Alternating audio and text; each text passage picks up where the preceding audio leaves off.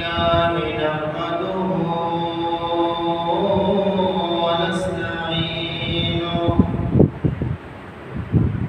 من يهده الله فلا مضل له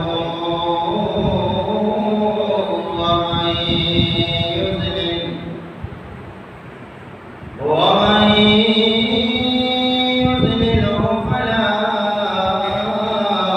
هادي له ونشهد أن سيدنا وحبيبنا ومولانا محمدا عبده ورسوله أما بعد فأعوذ بالله من الشيطان الرجيم بسم الله الرحمن الرحيم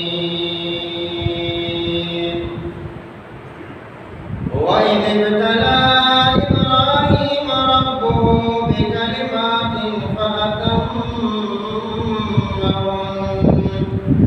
قال إني جاعلك للناس إماما قال ومن ذريتي قال لا ينال عهد الظالمين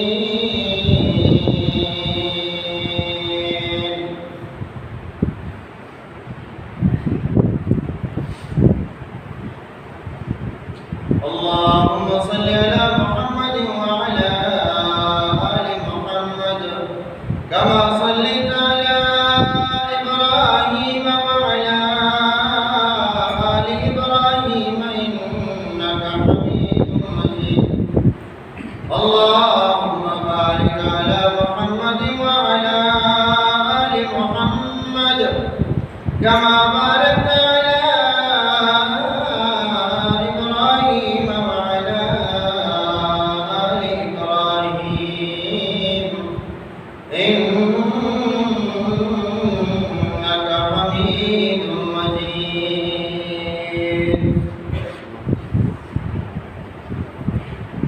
محترم سامعین، یہ ذو الحج کا مہینہ ہے۔ اس مہینے میں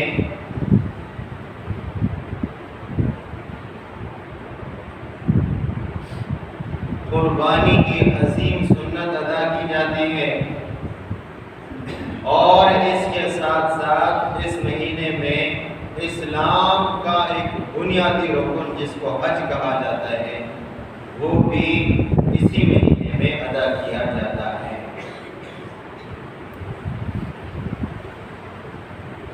حج ادا کرنے میں بھی حضرت ابراہیم علیہ السلام کی سنت کو مد نظر رکھ کے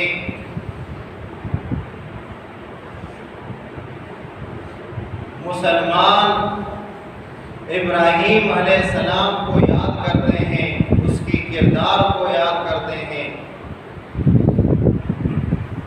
اور ان کی قربانی کو بھی یاد کرتے ہیں، کیونکہ ابراہیم علیہ السلام نے اللہ کے لیے اپنا مال، اپنی جان، اپنی اولاد قربان کی ہے، اور یہ قانون ہے جو اللہ کے لیے اپنی جان اور مال قربان کرتا ہے، اللہ اس کا نام بھی باقی رکھتا ہے، اللہ اس کا کام بھی باقی رکھتا ہے۔ آپ دیکھیں کہ آج اگر کوئی طواف کرے گا تو اس میں بھی حضرت ابراہیم کا پس منظر نظر آئے گا۔ صفا مروہ میں حاجی دوڑیں گے تو حضرت ابراہیم علیہ السلام کی گھر والی کا کارنامہ ہمیں نظر آتا ہے کہ وہ اپنے بچے کی پیاس بجھانے کی خاطر کبھی اس پہاڑی سے اس پہاڑی میں چلی جاتی ہے، کبھی اس پہاڑی سے اس پہاڑی میں چلی جاتی ہے۔ اللہ کو یہ ادا اتنی پسند آئی، قیامت تک حاجی حج کرتے رہیں گے۔ بی بی ہاجرہ کے اس سنت کو جاری و ساری رکھنا بھی ان کے لیے لازم اور ضروری ہو۔ کیوں انہوں نے اللہ کے لیے اپنا مال، اپنی جان، اپنی اولاد کی پرواہ نہیں کی؟ اللہ نے ان کا نام بھی باقی رکھا، اللہ نے ان کا کام بھی باقی رکھا۔ آپ کے سامنے میں نے ایک آیت تلاوت کی، اس میں اللہ تبارک و تعالیٰ فرماتے ہیں کہ وَإِذِ ابْتَلَىٰ إِبْرَاهِيمَ رَبُّهُ، کہ اس وقت کو یاد کرو کہ جب حضرت ابراہیم علیہ السلام کو اس کے رب نے آزمایا، امتحان لیا، فَأَتَمَّهُنَّ، اور ابراہیم علیہ السلام اس امتحان میں کامیاب ہو گئے۔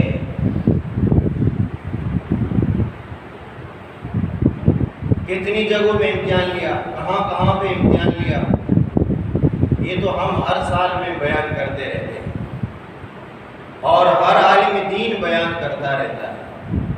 قرآن حضرت ابراہیم علیہ السلام کے واقعات سے بھرا پڑا ہوا ہے۔ احادیث میں حضرت ابراہیم علیہ السلام کے واقعات کثیر تعداد میں موجود ہیں۔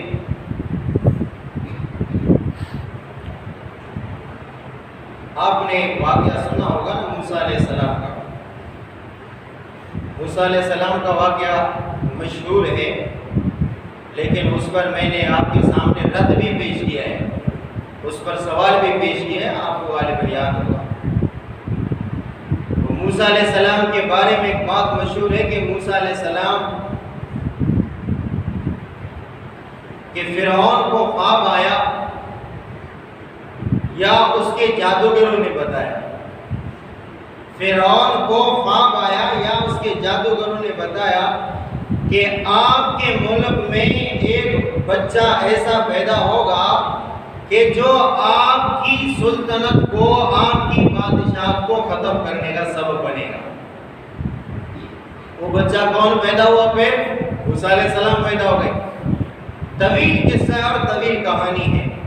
اب یہ ہے کہ میں نے اس پر رد بھی پیش کر دیا کہ یہ بات کہاں تک درست ہے، کہاں تک درست نہیں ہے۔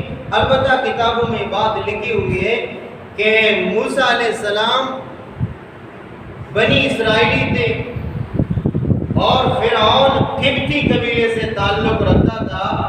فرعون نے خواب دیکھا، یا میں مختصر بتاتا ہوں کہ فرعون نے خواب دیکھا یا اس کے جادوگروں نے کہا بنی اسرائیل میں، یعنی جو آپ کا جو مخالف طبقہ ہے، نوکر طبقہ ہے، خادم طبقہ ہے، بنی اسرائیلی، ان میں ایک بچہ ایسا پیدا ہوگا جو آپ کی بادشاہت کو ختم کرنے کا سبب بنے گا۔ تو فرعون نے کیا کہا کہ ان کی بچیوں کو زندہ چھوڑ دو اور ان کے بچوں کو قتل کر ڈالو۔ یہی کہا نا۔ سیم اسی طرح کا واقعہ حضرت ابراہیم علیہ السلام کے بارے میں بھی کتابوں میں موجود ہے۔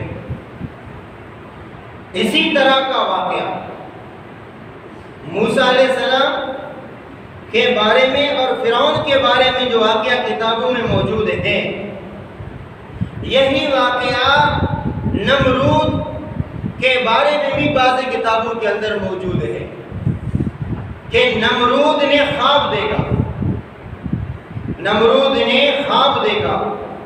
اب یہ بات مستند ہے یا نہیں ہے، میں نے آپ کو یہ کہا کہ کوئی حدیث میں کی بات نہیں ہے، قرآن حدیث کی بات نہیں ہے، بعض کتابوں سے، یہ بعض کتابوں کے اندر یہ واقعہ موجود ہے کہ نمرود نے بھی خواب دیکھا کہ ایک ایسا بچہ پیدا ہونے والا ہے جو میری سلطنت کو تباہ و برباد کر دے گا، وہ میرے اور میرے بادشاہ کو ختم کرنے کا سبب بنے گا۔ تو نمرود نے اپنے بڑوں سے مشورہ کیا، بڑوں سے مرد وہاں کے جو مشیر تھے، ورنہ وہ تو کہتا تھا خالق میں ہوں، جیسے فرعون کہتا تھا رب تمہارا میں ہوں، انی انا ربکم الاعلی، یہ فرعون کے الفاظ ہیں۔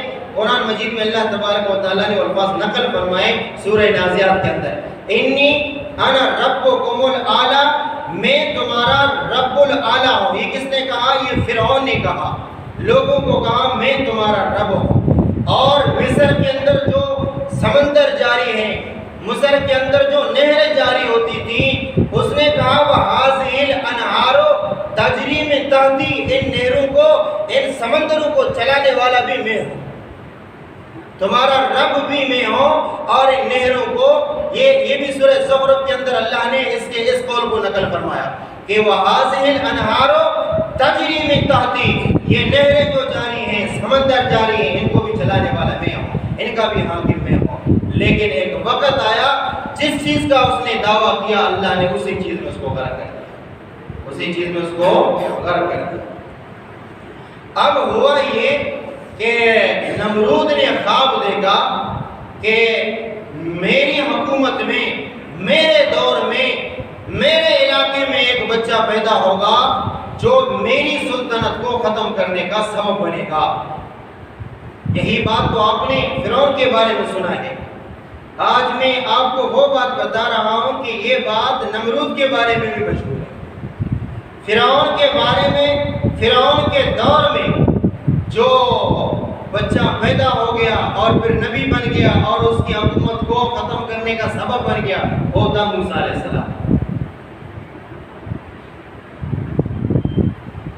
اب نمرود نے بھی حکم دیا کہ جو بھی بچہ پیدا ہوا اس کو قتل کیا جائے، اور حضرت ابراہیم علیہ السلام کے والد وہ تو نمرود کے خاص درباریوں میں شامل تھا۔ آپ کو پتہ ہے نا کہ آزر جو حضرت ابراہیم علیہ السلام کے والد ہیں، آزر، قرآن مجید میں اس کا نام ہے، غالباً سورہ مائدہ کے اندر یا انعام کے اندر اس کا ذکر ہے، آزر کا ذکر ہے۔ وہ خاص نمرود کے درباریوں میں شامل تھا، اور آزر بت تراش بھی تھا، بت فروش بھی تھا، بتوں کا سجدہ بھی کرتا تھا۔ یعنی آزر کے گھر میں بت بنانے کی فیکٹری تھی۔ آزر کون ہے؟ ابراہیم علیہ السلام کے والد ہیں۔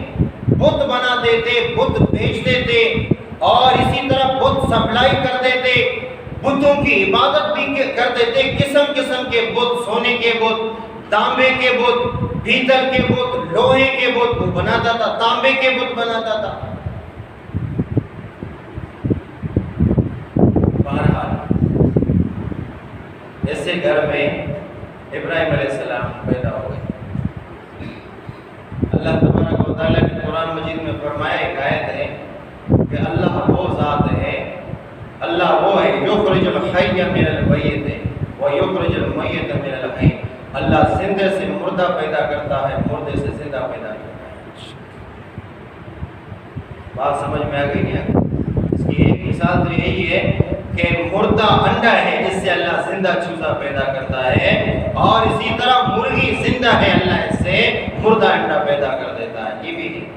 لیکن اس کی ایک تفسیر یہ بھی ہے کہ اللہ مومن سے کافر پیدا کرتا ہے، کافر سے مومن پیدا کرتا ہے۔ ایسا کیا ہے نا قرآن مجید میں، اس کی واضح مثالیں موجود ہیں۔ آزر کافر تھا، لیکن اللہ تبارک و تعالیٰ نے اس سے ابراہیم علیہ السلام جیسے نبی پیدا کر دیا۔ نوح علیہ السلام نبی ہیں، نوح علیہ السلام اللہ تبارک و تعالیٰ کے عظیم الشان نبی ہیں، اور نوح علیہ السلام کا بیٹا کافر تھا کہ نہیں تھا؟ سورہ ہود میں تو اس کا تذکرہ موجود ہے، جب غرق ہو رہا تھا، پانی میں غرق ہو رہا تھا، تو نوح علیہ السلام نے کہا آ جاؤ میری کشتی میں سوار ہو جاؤ، آ جاؤ میری کشتی میں سوار ہو جاؤ۔ آج اللہ کے حکم سے وہ بچے گا جو میری کشتی میں سوار ہوگا۔ کیوں؟ اس کشتی کے بنانے کا حکم بھی اللہ نے دیا ہے، سواری ہونے کا حکم بھی اللہ نے دیا ہے۔ اب آج جو کشتی میں آئے گا وہی بچے گا۔ بیٹے نے کہا میں تو اس پہاڑ میں جاؤں گا، سآوی الی جبل یعصمنی من الماء، جو مجھے پانی سے بچائے گا۔ اس پہاڑ کی چوٹی میں پانی آئے گا بھی نہیں۔ قال لا عاصم اليوم، آج اللہ کے عذاب سے کوئی بچانے والا نہیں، بچے گا وہی الا من رحم، جس پر اللہ کی مہربانی ہو۔ اور میں اللہ، یہ میرا بیٹا ہے، ہلاک ہو رہا ہے، میری میری بات اس نے نہیں مانی لیکن ہلاک ہو رہا ہے۔ اللہ تبارک و تعالی نے فرمایا انہ لیس من اہلک، ظاہری طور پر نسل اور نسب میں یہ آپ سے پیدا شدہ ہے، لیکن انہ لیس من اہلک، کردار اور کرتوت سے پتہ چلتا ہے کہ وہ آپ کے مطلب یہ ہے کہ وہ ظاہری طور پر اولاد تو آپ کی ہے، لڑکا تو آپ کا ہے، لیکن آپ کے کارنامے اس میں شامل نہیں ہیں۔ آپ کے سامنے ہلاک ہوگا لیکن بچانے والی ذات کس کی ہے؟ اللہ کی۔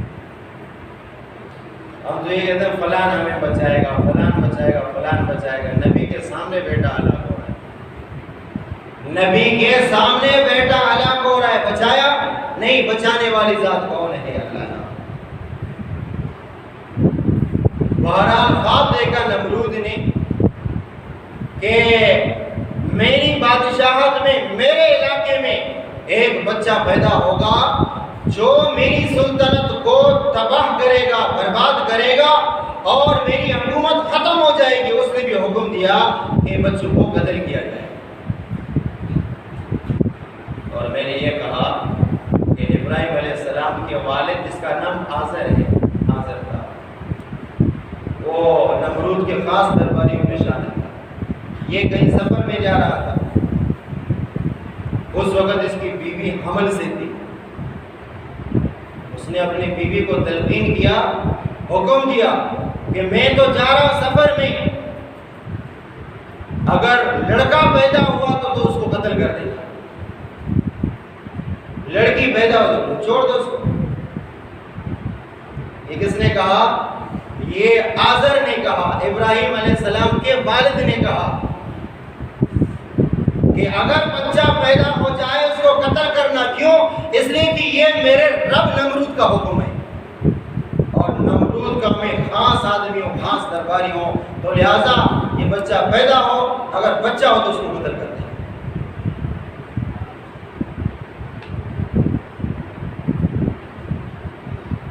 ابراہیم علیہ السلام کے والد سفر میں چلے گئے۔ اللہ کی قدرت دیکھی کہ وضع حمل ہوا اور بچہ پیدا ہو گیا، اور وہاں کے بادشاہ کا قانون تھا کہ جو بھی بچہ پیدا ہو اس کو قتل کیا جائے۔ بچہ ہی پیدا ہو گیا۔ ابراہیم علیہ السلام کے والد بھی گھر میں موجود نہیں، وہ سفر میں نکلے۔ اب والدہ نے بچے کو اٹھا کر، اب لازمی بات ہے 9 مہینے تک والدہ کے بطن میں رہنے والا بچہ، ماں کو اس سے کتنی محبت ہوتی ہے، کتنا پیار ہوتا ہے، کیسے ماں اپنے ہاتھ سے ان کو قتل کر دے۔ ماں نے اس کو اٹھا کر کسی جنگل میں رکھ دیا، اور روز اس کی نگہبانی کے لیے جاتی تھی تاکہ لوگوں کو شک نہ ایسے طریقے سے جاتی تھی۔ اللہ کی قدرت دیکھو، وہاں پہ جب یہ جاتی تھی تو دیکھتی تھی کہ حضرت ابراہیم علیہ السلام یہ اللہ تبارک و تعالیٰ غیبی طریقے سے حفاظت فرما رہے ہیں، اور وہ اپنی انگلیوں کو چوستا رہتا تھا، تو ایک انگوٹھی سے شہد نکلتا تھا، ایک سے دودھ نکلتا تھا۔ بہرحال اور اس کی نشو و نما اتنی ہو رہی تھی کہ ایک دن میں ابراہیم علیہ السلام اتنا بڑھ جاتے تھے جیسے بچہ ایک ہفتے میں بڑھتا تھا، اور ایک ہفتے میں اتنی بڑھوتری ہوتی تھی کہ جیسے عام بچہ ایک مہینے میں بڑھتا ہے۔ کچھ عرصے کے بعد ابراہیم علیہ السلام کے والد آ گئے سفر سے، بیوی سے پوچھا کہ اس حمل کا کیا ہوا، بچہ پیدا ہوا یا بچی پیدا ہو گئی؟ اس نے کہا کہ بچہ پیدا ہوا۔ بچے کو کہاں کیا؟ وہ جنگل میں جا کر میں نے پھینک دیا اس کو۔ قتل کیوں نہیں کیا؟ پھینک دیا میں نے۔ کچھ مطلب 1-2 گھنٹے کے بعد سفر کے تھکاوٹ سے وہ آرام آ گیا اس کو۔ اس کے بعد بیوی نے اس کو سمجھایا، بیوی نے اس کو کیا کیا؟ سمجھایا۔ بہت سارے اوقات میں لوگ کسی اور کی بات نہیں سمجھتے، بیوی کی بات سمجھتے۔ بسا اوقات لوگ اگر ماں باپ اگر کوئی بات کہے نا لڑکے کو تو غصہ کر جاتا ہے، وہی بات اگر بیوی کرے تو غصہ نہیں کرتے؟ اب پتہ نہیں کہ بیوی کے باتوں میں کتنی مٹاس ہے، کیوں مٹاس ہے؟ لوگ جو ہے نا بسا اوقات ماں باپ کوئی بات کریں گے تو لوگوں کو چھڑ ہوتی ہے، لیکن یہی بات اگر بیوی کرے تو ابھی آپ نے 2-3 دن پہلے دیکھا نا کہ آپ کے ملک میں ایک بدبخت نے اپنی ماں کے ساتھ کس طرح پٹائی کی، آپ نے دیکھا ہے؟ ابھی بھی جا کر آپ نیٹ میں سرچ کریں، اس کی بیٹی ابھی بھی گھوم رہی ہے، بیٹی وہ گھوم رہی ہے اس کے نیٹ میں، کل کی پرسوں کی بات ہے۔ ماں کی ایسی پٹائی کر رہا تھا، کوئی دشمن کی اس طرح پٹائی نہیں کرتا ہے، اور اس کو پتہ نہیں تھا کہ اس کی بہن اس کی ویڈیو بنا رہی ہے، اس کی بہن نے چپکے سے اس کی ویڈیو بنائی، وہ ویڈیو پہ سوشل میڈیا میں عام ہو گئی۔ ماں اس کی ہے، یقین جانو آپ اس ویڈیو کو دیکھ نہیں سکتے، 1 منٹ کی ویڈیو، اپنی ماں کو جو بے دردی سے مار، ایک چماٹ دوسری چماٹ، ایک چماٹ تیسری چماٹ۔ حقیقی بیٹا ہے، برابر میں اس کی بیوی اس کو اکسا رہی ہے، اور وہ اس طریقے سے بے دردی سے اپنی ماں کو مار رہا تھا کہ میں تو کہتا ہوں اگر آپ دیکھیں گے 1 منٹ کی ویڈیو تو آپ کے آنسو جاری ہوں گے۔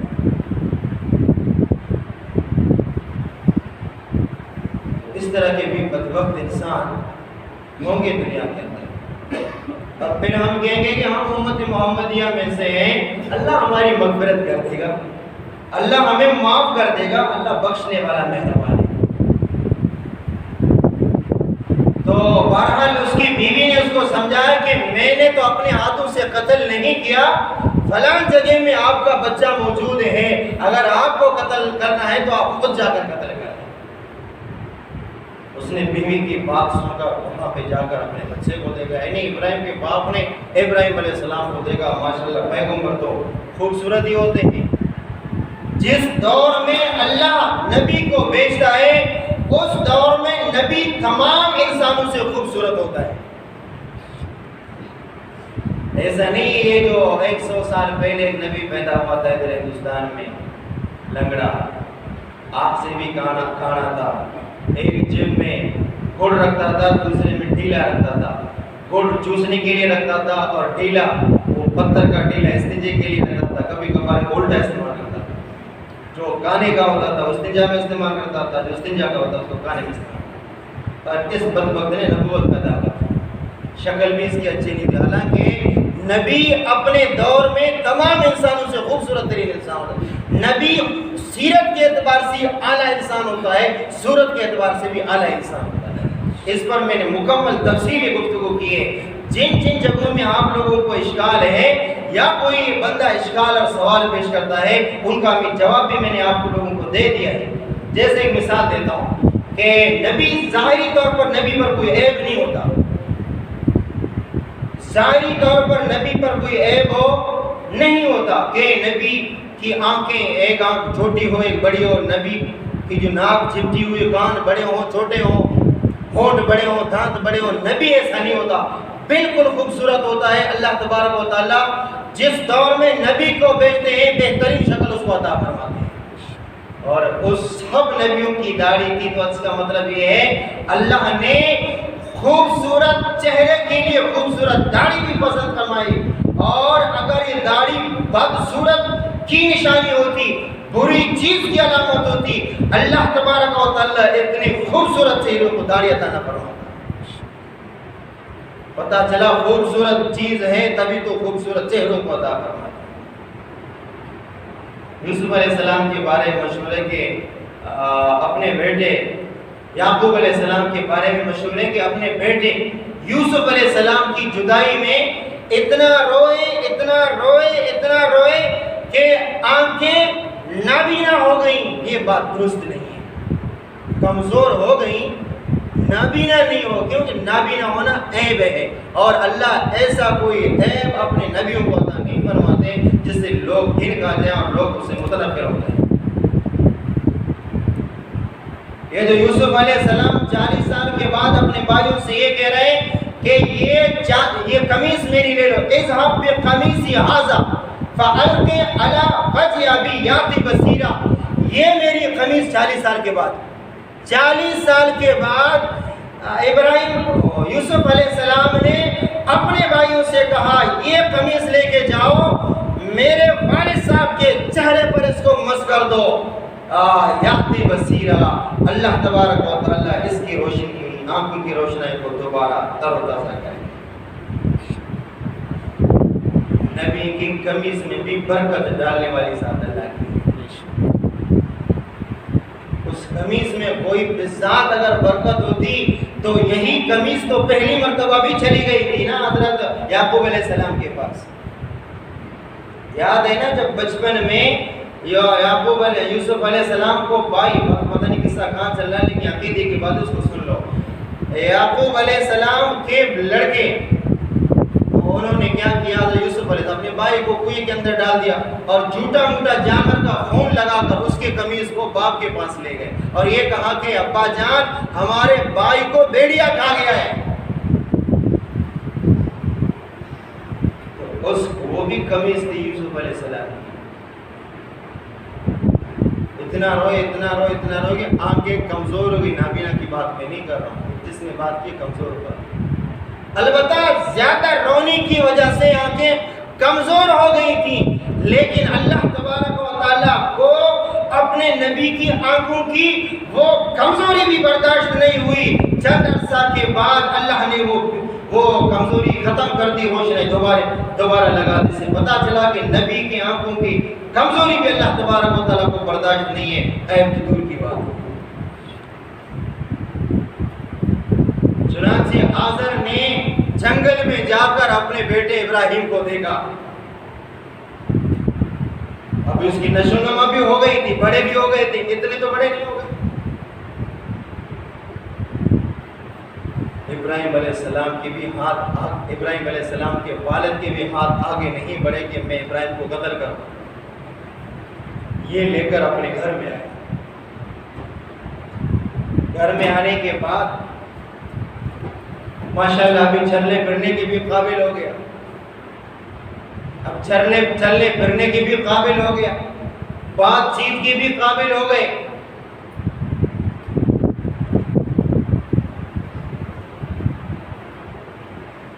ابراہیم علیہ السلام کے والد نے کہا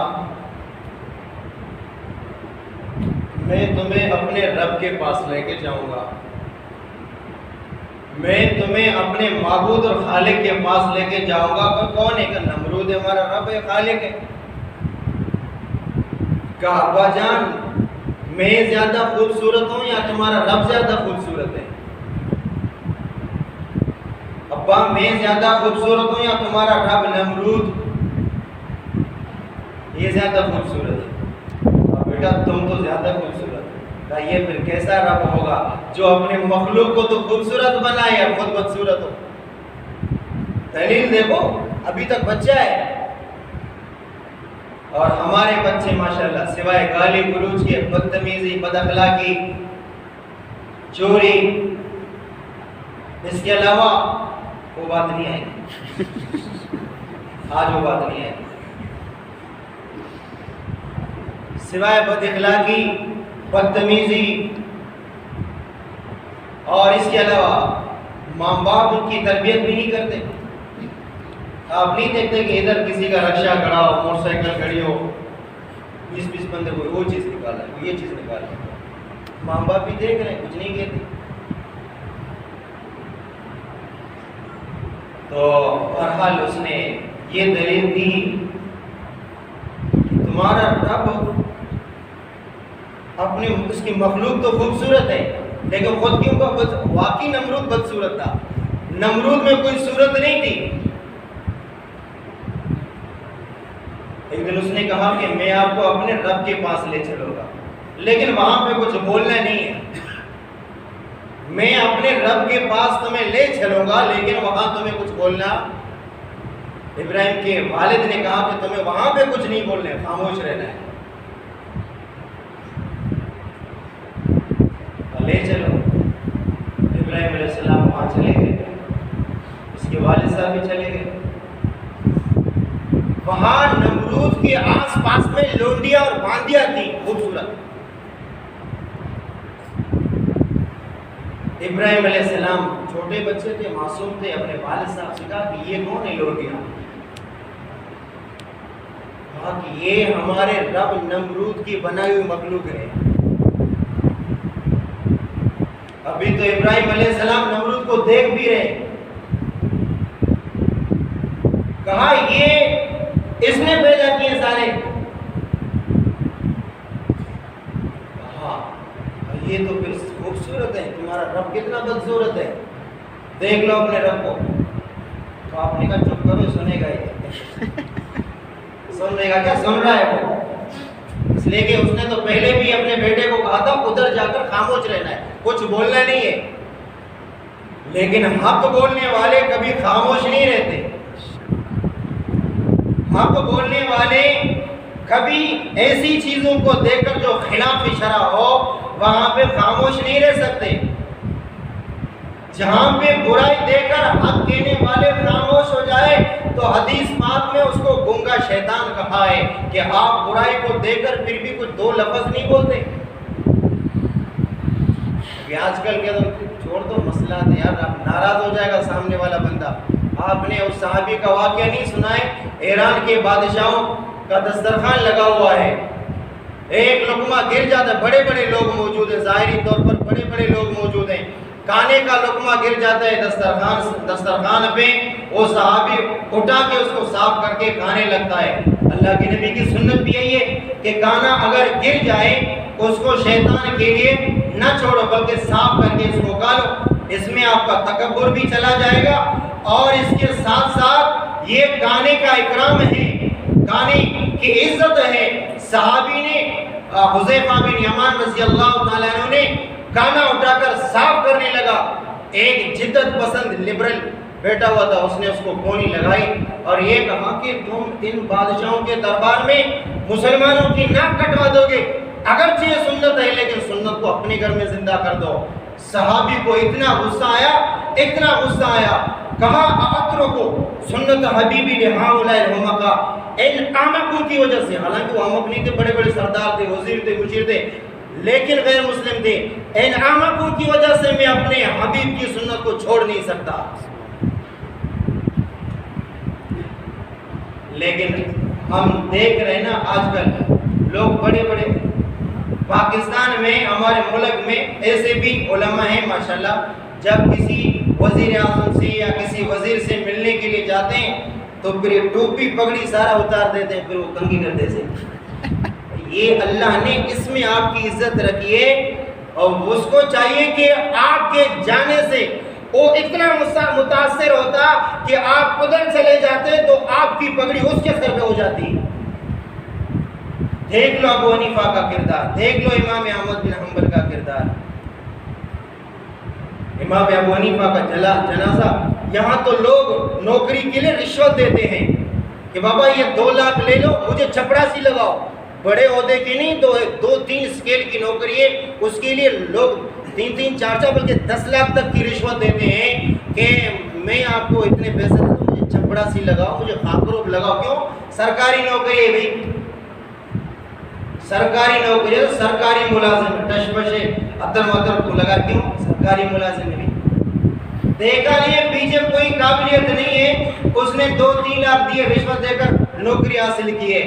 امام ابو حنیفہ رحمۃ اللہ علیہ کو وقت کے حاکم نے کہا میں تمہیں عام نوکر نہیں بناؤں گا، عام ملازم نہیں بناؤں گا، میں تمہیں قاضی القضاء بناؤں گا۔ قاضی القضاء کا ترجمہ آج کل کی زبان میں یہ ہے کہ اے ابو حنیفہ میں تمہیں پورے ملک کا چیف جسٹس بناؤں گا، یعنی تمام ججوں کا میں تمہیں سربراہ بناؤں گا۔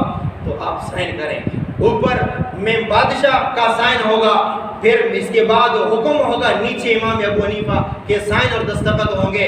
ابو حنیفہ بغیر رشوت کے تمہاری قابلیت تقوی کی بنیاد پر میں تمہیں قاضی القضاء چیف جسٹس بناؤں گا۔ اس وقت کے حاکم نے کہا، ابو حنیفہ نے کہا مجھے قابل قبول نہیں، مجھے قابل قبول ہو نہیں، کیوں تم ہر قسم کے غلط سلط فیصلے کرتے ہو، پھر نیچے میرا امام ابو حنیفہ کا سائن ہوگا، قیامت کے دن میں اللہ کو کیا جواب دوں گا؟ امام ابو حنیفہ کا جنازہ جیل سے نکلا، عہدہ قبول نہیں کیا، حق بولنے والے لوگ ہر زمانے میں ہیں، اور ہم جیسے لوگ بھی تو ہر زمانے میں ہیں۔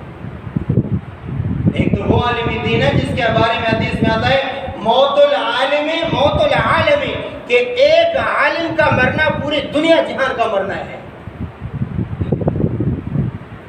بہرحال باپ نے پہلے کہا تھا کہ بات نہیں کرنی، ابراہیم علیہ السلام نے دیکھا اور بات کی۔ کیوں؟ خلاف شرع کوئی بات ہو اور نبی خاموش کیسے رہ سکتا ہے؟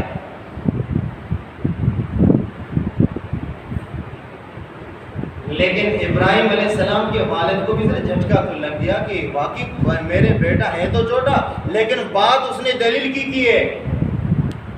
یہ باندیاں میں تو یہ کہتا ہوں کہ اس نمرود نے بنائی ہیں، وہ نمرود کالا ہے، باندیاں خوبصورت ہیں۔ یہ کیسا خالق ہے کہ خود مخلوق جس کی خوبصورت ہو اور خود بدصورت ہو؟ اور ہمارا عقیدہ ہے ان اللہ جمیل یحب الجمال، جو ہمارا اللہ ہے وہ جمیل ہے اور جمال کو پسند فرماتا ہے۔ نمرود نے کہا، پھر نمرود نے سن لیا، کہا تمہارا پھر رب کون ہے؟ میں نہیں ہوں نا، تمہارا رب کون ہے؟ وہ پھر قرآن مجید میں اللہ تبارک و تعالیٰ نے وہ کہانی اور وہ قصہ بیان فرمایا ہے۔ میں چاہتا ہوں وہ قصہ آپ کے سامنے أَلَمْ تَرَ إِلَى الَّذِي حَاجَّ إِبْرَاهِيمَ فِي رَبِّهِ أَلَمْ تَرَ، کیا تو نے نہیں دیکھا؟ یہ قرآن کا اسلوب ہے۔ أَلَمْ تَرَ، اللہ مجھے اور آپ کو فرما رہا ہے کیا تم نے نہیں دیکھا؟ میں اور آپ نمرود کے دور میں تھے کیا؟ یہ قرآن مجید میں اللہ نے ایسے بہت سارے مقام پہ فرمایا۔ أَلَمْ تَرَ كَيْفَ فعل ربک باصحاب الفیل، کیا تو نے نہیں دیکھا تیرے رب نے ہاتھی والوں کے ساتھ کیا کیا؟ وہ تو نبی کے دور سے بھی 70 سال پہلے کا واقعہ ہے، لیکن قرآن کہتا ہے الم ترا، کیا تو نے نہیں دیکھا؟ یہ مجھے بھی کہہ رہا، آپ کو بھی کہہ رہا، فلان کو بھی کہہ رہا ہے۔ الم ترا، کیا تو نے نہیں دیکھا؟ میں نے تو نہیں دیکھا، لیکن ترا کیوں استعمال کیا گیا؟ اس لیے استعمال کیا گیا، قرآن نے کہا ہو گیا، گویا تم نے دیکھ لیا۔ قرآن نے کہا یہ ہو گیا نا، تو گویا تم نے دیکھ لیا، تبھی تو قرآن فرما الم ترا، کیا تمہیں یقین نہیں ہے؟ الم ترا، کیا تو نے یقین نہیں کیا؟ کیا تو نے دیکھا نہیں ہے؟ الی الذی، اس بندے کی طرف، مراد نمرود ہے، حاج ابراہیم، جو ابراہیم علیہ السلام کے ساتھ لڑتا تھا، فی ربہ، ابراہیم علیہ السلام کے رب کے بارے میں، ان آتاہ اللہ الملک، وجہ اس کی یہ تھی کہ اللہ نے اس کو حاکم بنایا تھا۔ جس کو جو حاکم بنے نا، ہمارے استاد ہیں وہ کہتے ہیں کہ 2 سیٹوں پر جب بندہ آ جاتا ہے نا تو پھر اس کی جو عقل ہے وہ کام کرنا چھوڑ دیتی ہے۔ جب انسان 2 سیٹوں پر بیٹھ جاتا ہے، ڈرائیور جب سیٹ پہ بیٹھ جاتا ہے نا تو پھر پیچھے دیکھتا نہیں، 100 بندے سوار ہے گاڑی میں، تو پھر وہ اپنے مگن میں مست ہو جاتا ہے۔ آپ نے دیکھا نا ڈرائیور کس طریقے سے کبھی گاڑی چلاتے ہیں، بس 1-2 سوٹ لگا لیا، پھر پیچھے دیکھتے نہیں کہ وہ 50 بندے سوار ہیں، 100 بندے سوار ہیں۔ ایک یہ، اور ایک حکومت کے تخت پر کوئی بیٹھ گیا، پھر اس وقت وہ اس کے عقل ٹکانے میں نہیں ہوتی۔ اللہ نے اس کو حاکم بنایا، لیکن اس کے باوجود اس نے کہا نہیں، حاکم کا درجہ چھوٹا ہے، میں تو خدا ہوں۔ جس نے بھی خدائی کا دعویٰ کیا، اللہ نے دنیا میں اس کو ذلیل کر دیا۔ نمرود اس کی مثال ہے، فرعون اس کی مثال ہے، شداد اس کی مثال ہے۔ آج کل کی باتیں ہم کرتے بھی نہیں۔ یہ آج کل جتنے ذلیل ہو گئے نا، جو کہتے ہیں کہ ہم دین کو ایسا کریں گے، دین کو ایسا کریں گے، ہم نے اپنے آنکھوں سے دیکھا، اللہ نے اس کو ایسا کر دیا، ایسا تیس نیس کر دیا کہ دنیا ان کی مثالیں بھی یاد کرے۔ وَلَا يَحِيقُ الْمَكْرُ السَّيِّئُ إِلَّا بِأَهْلِهِ، تم دین کے بارے میں جو بھی تدبیر کرو گے، اللہ وہ تدبیر کو دوبارہ تمہاری طرف لے کے آتا ہے۔ قرآن کا قانون ہے، کبھی غلط نہیں ہوگا۔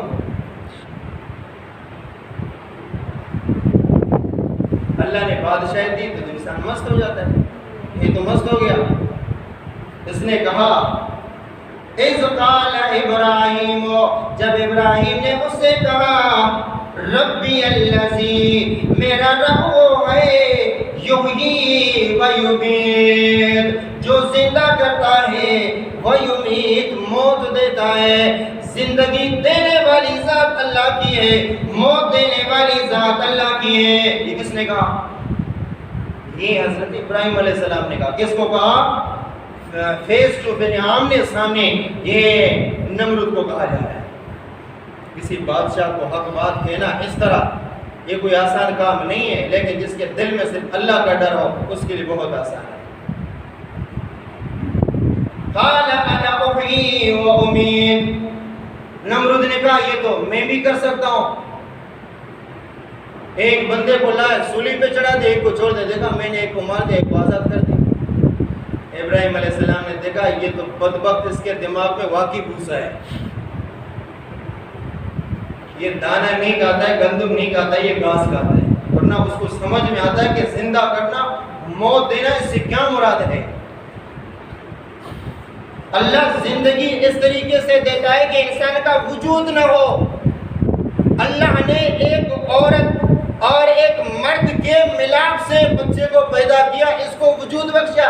جس کا وجود ہی نہیں تھا، عدم تھا، بالکل کچھ بھی نہیں تھا، اللہ نے اس کو وجود بخشا، اس کو زندگی کہتے ہیں۔ اس نے ایک زندہ انسان کو مار دیا، کو چھوڑ دیا کہ میں نے زندہ کر دیا۔ یہ جو ہمیشہ اس طرح کی باتیں کرتے نا دین کے خلاف، یقین جانو ان کی بھی دماغ میں گھس ہے، عقل نہیں ہے۔ یہ آج کل آپ دیکھ رہے ہیں نا لوگ کیا کہہ رہے ہیں، ابھی قربانی کا زمانہ آ رہا ہے نا، قربانی۔ ابراہیم علیہ السلام کو اللہ نے فرمایا کہ اپنے بیٹے کو ذبح کرو، وہ تیار ہو گیا ذبح کرنے کے لیے، بیٹے کو ذبح کرنے کے لیے تیار ہو گیا۔ لیکن یہاں تو اللہ نے ہمیں بیٹا ذبح کرنے کا حکم نہیں دیا نا، کیا فرمایا؟ جانور ذبح کرو، بکری ذبح کرو، گائے ذبح کرو، بیل ذبح کرو۔ اب بہت سارے لوگ اپنے آپ کو دانشور کہتے ہیں، عقل مند کہتے ہو، کیا کہتے ہیں؟ یار یہ پیسے ہر سال اتنا ضائع کرتے ہو، غریبوں کو دے دو، کہتے نہیں کہتے؟ غریبوں کو دے دو۔ اور بدبخت تم نے غریبوں کا جو ملک میں حال کیا ہے نا، وہ بھی تم ذرا دیکھ لو۔ اس طبقے نے جو غریبوں کا حال کیا ہے ملک کے اندر، وہ بھی تو ذرا دیکھ لو۔ اچھا کہتے ہیں کہ غریبوں کو دے دو، اسی کے پاس اگر 5 منٹ بعد ایک غریب آ جائے تو وہ بھی بجائے 1000 2000 دینے کے دیکھتا دیکھتا کوئی سکہ ہو جائے، وہ بھی دینے کے لیے تیار نہیں۔ مقصد کیا ہے؟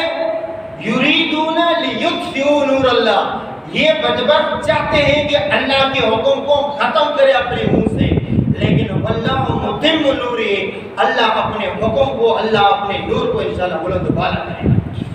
ہماری ان حرکتوں کی وجہ سے، ان بیہودہ باتوں کی وجہ سے دین اسلام کمزور نہیں ہوگا۔ یہ خامخواہ زیادہ نہیں، ملک میں چند لوگ ہیں، اور بدبختی یہ ہے کہ میڈیا میں لایا بھی ایسے بدبخت، ٹی وی کے سامنے ان کو بٹھایا جاتا ہے۔ آپ تو سمجھ دانشور ہیں، یقین جانو ان کے دماغ میں بھوسا بھرا ہوا ہے۔ غریبوں کو کھلاؤ، غریبوں کی شادیاں کراؤ، حج کے لیے کیوں جاتے ہو بھائی؟ عمرے میں کیوں جاتے ہو بھائی؟ قربانی کر کے لاکھوں روپے ضائع کیوں کرتے ہو؟ غریبوں کی شادی کرا دو۔ کبھی نہیں کہتے یار تم لوگ روزانہ 1000 روپے کی شراب پیتے ہو تو یہ بچاؤ، غریبوں کی شادی کرو۔ لاکھ روپے کا موبائل ہاتھ میں لیا ہوا ہے، اس وقت ان کی زبان سے غریبوں کی شادی کی بات نہیں آتی۔ بھئی بات کرنے کے لیے 2000 کا موبائل بھی کافی ہے، لاکھ روپے کا موبائل ہاتھ میں، اس وقت ان کی زبان پہ تالے لگا ہوا ہوتا ہے۔ اگر آپ 20,000 کا جانور اللہ کو راضی کرنے کے لیے لے لیں گے، پھر کیا کہ یار غریبوں کو کیوں نہیں دیا؟ 1 کروڑ کی گاڑی میں سوار ہے، کبھی اس پر اعتراض نہیں کرتا۔ ایک بندے کے پاس 3 4 گاڑیاں ہیں، 4 5 بلڈنگیں، ان پر اعتراض نہیں کرتا۔ بس اعتراض کرتا ہے کہ بھئی کیوں ایسے بدبخت کے دماغ کے اندر عقل کہاں ہے؟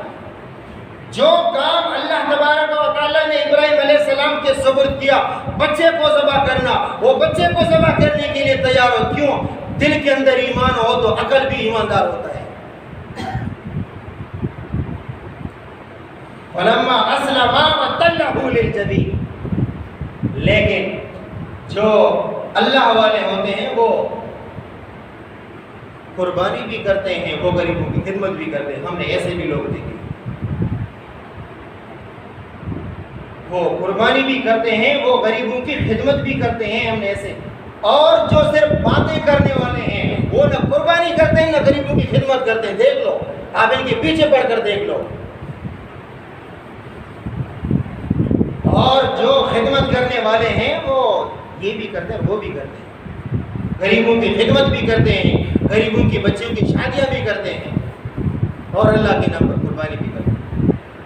یہ جو آپ نے، جب آپ کے ملک میں مدارس اتنے بڑے بڑے چل رہے ہیں یا ویسے چل رہے ہیں، آپ کبھی جا کر، آپ کیونکہ ادھر رہتے آپ کو پتہ نہیں، جا کر مدارس میں دیکھو 5-5 ہزار طلبہ پڑھتے، کہاں سے ان کا خرچ آتا ہے؟ آپ 5 بچوں کے کھانے کی خاطر آپ روتے ہو، دن رات محنت کرتے ہو، 5 بچوں کو آپ نہیں کھلا سکتے ہو.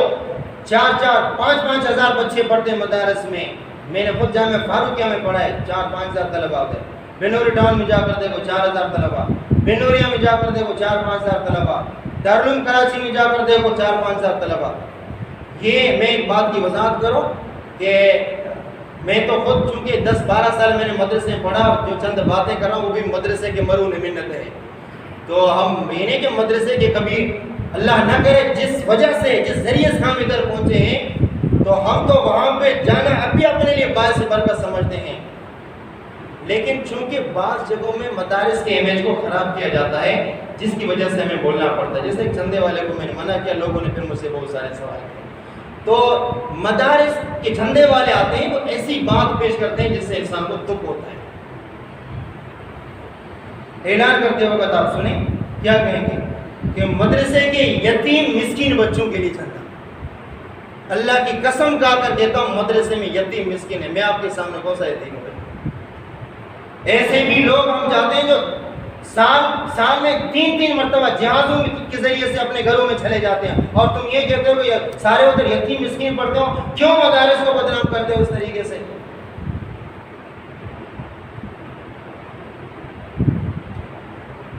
میں نے خود مدارس میں پڑھا، ادھر یقین جانا ایک ہی دن کے اندر اتنے سامان، اتنا ٹکوں کے حساب سے سامان آتا ہے، آپ کو پتہ نہیں کہ بھیجنے والا کون ہے. پرچی دے دی، سامان اتارو. اور ادھر تم بات کرتے ہو کہ سارے ادھر یتیم ہیں، فقیر ہیں، مسکین ہیں، اور لوگوں کے سامنے پھر کیا امیج پیش کرتا ہے؟ باقی مدارس نہیں، وہ تو یتیم خانے. ایسا کچھ نہیں ہے. آپ ایسے مدارس میں لوگ پڑھنے کے لیے آتے ہیں جو یقین جانو اعلیٰ قسم کے سرداروں کے، نوابوں کے، وزیروں کے، اچھے خاصے تاجروں کے بیٹے پڑھ رہے ہیں. آپ نے کیا سمجھا ہے؟ یہ سارے یتیم مسکین کو یتیم خانہ ہے مدرسہ کیا؟ تو اس طریقے سے جو جھنڈے والے بات کرتے ہیں نا، انسان کو غصہ آتا ہے. وہ سارے ایسے مسکین غریب یتیم نہیں ہیں. ماشاءاللہ، اس کا کیا مطلب ہے کہ دین کو سارے یتیموں غریبوں نے لے لیا، اچھے طبقے والے دین کو قبول کرنے والے نہیں. یہ غلط بات ہے. الحمدللہ ہمارے ملک میں اچھے طبقے کے اندر، مالدار طبقے کے اندر بھی شعور آ گیا، ان کے بھی بچے مدرسے میں پڑھتے ہیں. کیا پیش کرتے ہو لوگوں کے ساتھ؟ بہرحال اس طرح نہیں ہے جیسے لوگ کہتے ہیں کہ سارے یتیم ہیں، مسکین ہیں، فقیر ہیں، لاچار ہیں. آپ تو سمجھے گا مدرسے کے گیٹ میں داخل ہو جو سب کے پھٹے پرانے کپڑے، اندر جاؤ گے یقین جاؤ کچھ اور ماحول آپ کو نظر آئے. 12 سال میں نے پڑھا، مجھے پتا ہے مدرسے میں. تو بہرحال اس طرح دین کو اللہ تبارک و تعالیٰ اس طرح ناکام و نامراد نہیں بنا دیتا. یہ تو فرمایا کہ قال ابراہیم فإن اللہ یأتی بالشمس. ابراہیم بات یہ چل رہی تھی کہ اللہ تبارک و تعالیٰ جب ایمان چھین لیتا تو انسان سے عقل بھی چھین جاتی ہے. ابراہیم علیہ السلام نے دیکھا بات اس کے سمجھ میں آنے والی نہیں ہے، ایسی کوئی ظاہری مثال بتا دو تاکہ سب کے سامنے مثال واضح ہو جائے. ابراہیم علیہ السلام نے کہا قال ابراہیم فإن اللہ یأتی بالشمس من المشرق. کہا میرا رب تو سورج کو یہاں مشرق سے نکالتا ہے، مغرب میں غروب کرتا ہے. اب تم میں ہمت ہے آج یہاں سے نکال کے ادھر اس کو لے کے جاؤ. عقل تو ہے نہیں. ابھی کیا جواب دیں؟ قال ابراہیم فإن اللہ یأتی بالشمس من المشرق. میرا رب مشرق سے سورج کو نکالتا ہے، سب دیکھ رہے ہیں، یہاں سے نکلتا ہے ادھر چلا جاتا ہے. آج تم ایسا کرو، یہاں سے نکال کے ادھر اس کو لے کے جاؤ. فَبُهِتَ الَّذِي كَفَرَ. ہکا بکا رہ گیا. جیسے ایک انسان کے پاس دلیل نہیں ہوتی تو منہ کھول دیتا ہے. نمرود کا منہ کھل گیا، اس کے پاس کوئی دلیل نہ بنی۔ فَبُهِتَ الَّذِي كَفَرَ وَاللَّهُ لَا يَهْدِي الْقَوْمَ الظَّالِمِينَ۔ باقی تفسیر انشاءاللہ آئندہ جمعے کو بیان کریں گے۔ اللہ تبارک و تعالیٰ سے دعا ہے اللہ ہمیں صحیح معنوں میں قرآن و سنت پر عمل کریں۔